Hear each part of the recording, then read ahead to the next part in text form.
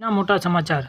બનાસકાંઠાના ભાભર ખાતે નવનિયુક્ત મંત્રી સ્વરૂપજી ઠાકોરના સ્વાગત માટે એક વિશેષ કાર્યક્રમનું આયોજન કરવામાં આવ્યું હતું. આ કાર્યક્રમ સ્થાનિક રાજકારણના અગ્રણીઓ અને મોટી સંખ્યાના કાર્યકર્તાઓ હાજર રહ્યા હતા.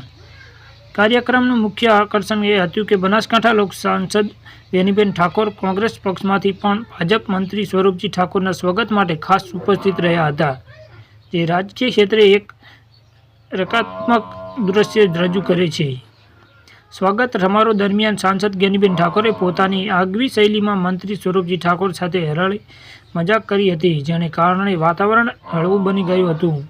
ગેનીબેને મંચ પરથી સ્વરૂપજી ઠાકોરને સંબોધન કર્યું કે મેં આ વિધાનસભાની સીટ ખાલી કરી એટલે જ તમે ધારાસભ્ય હવે મંત્રી બન્યા છો, તો મારો આભાર માનવો જોઈએ. ગેનીબેનની આ હળવી ટકોરોથી ઉપસ્થિત સૌ કોઈ હસી પડ્યા હતા. આ ઘટનાએ પક્ષીય રાજકારણની ગરમાગરમી વચ્ચે પણ નેતાઓ વચ્ચેના વ્યક્તિત્વ સૌહાર્દનો પુરાવો આપ્યો હતો.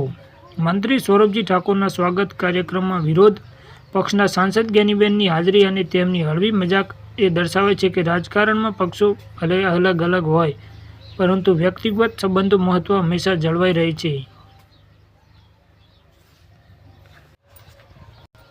વ્યક્તિગત સંબંધો હંમેશા જળવાઈ રહે છે. આ પ્રસંગે બેનને ઠાકોર નેતાઓએ એકબીજા પ્રત્યે સન્માનની લાગણી વ્યક્ત કરી હતી. ભાભર ખાતે યોજાયેલા આ કાર્યક્રમને માત્ર સ્વરૂપજી ઠાકોર મંત્રી બનાવવાનો આનંદ જ નહીં, પરંતુ બનાસકાંઠાના રાજકારણો પરસ્પર સન્માન અને સૌહાર્દનો સંદેશ પણ ફેલાયો હતો.